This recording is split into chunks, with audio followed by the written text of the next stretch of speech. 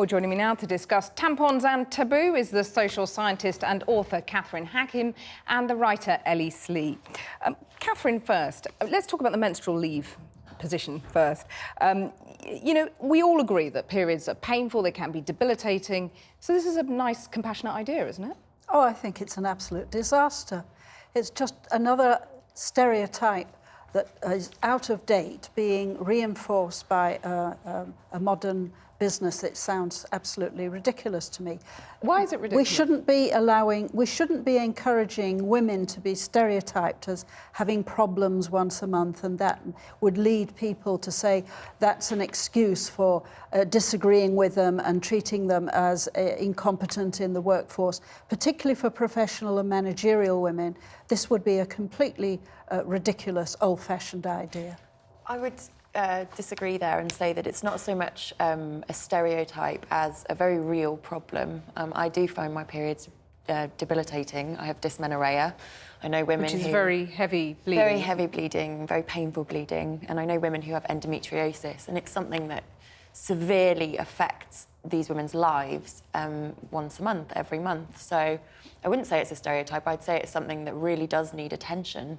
You simply take the appropriate medication, you take the appropriate painkillers. There is absolutely no reason why you should impose your medical situation, physical situation on other people. This is a really outdated set of views. I mean, I suppose in my case, the appropriate painkillers would be something that would knock me out for 3 or 4 days. So I wouldn't be able to work under those circumstances. And it would, you know, in those instances, for women like me, be so much more comfortable to be able to be at home. All we have is old-fashioned ideas about women not being able to cope with their ordinary, everyday work life. Well, isn't it a very modern idea? Because isn't the problem here that you would feel free to tell your boss about chronic back pain, which might knock you out, as you put it, but you would think twice about saying, hang on, I've got my period and it's really bad and I can't come in? As soon as you ask employers to give special privileges to women, which are not offered to men, who, after all, may have other medical problems, physical men problems. have special you privileges. are giving employers good reasons to hang back, hold back from employing women. This is just another nail in that I would coffin. flag the pay gap there and say that that's a special privilege afforded to men, you know, anyway. And the pay gap is a completely separate issue. Well, it's this is special about privilege. giving employers a good reason to avoid employing women. And okay, all the privileges that women demand cause that problem to be expanded. OK, we probably haven't got time to get into the sort of full ins and outs of the pay gap right now, but isn't there a problem that because of this taboo that we don't talk about periods, we are now, but school kids are now starting their periods before they know what to expect?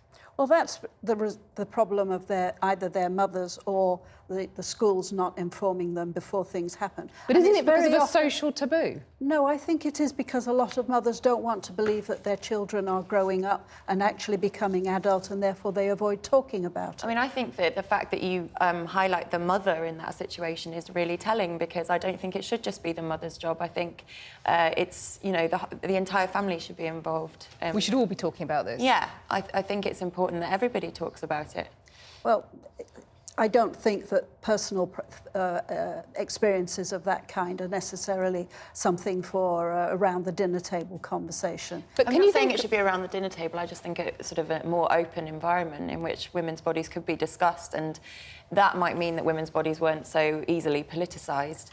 Well, do you think there's a discriminatory attitude to women and, for example, periods? For example, the tampon tax. Is that society has a sort of discriminatory attitude? I don't think a tax is really relevant here.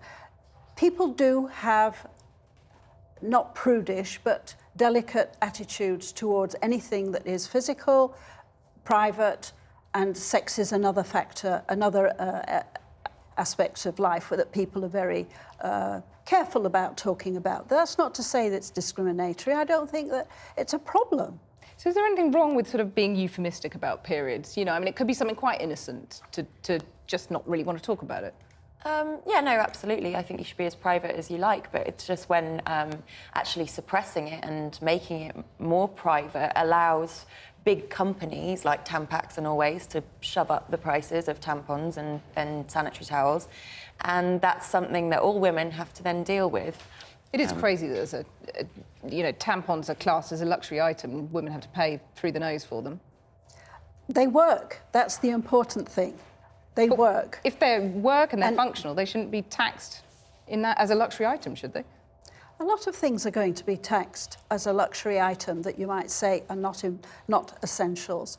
But the point is they work, and we don't need to make a big fuss about something that is trivial, that is routine, and that women know how to deal with. Catherine Hakim, Ellie Slee, thank you very much for joining me.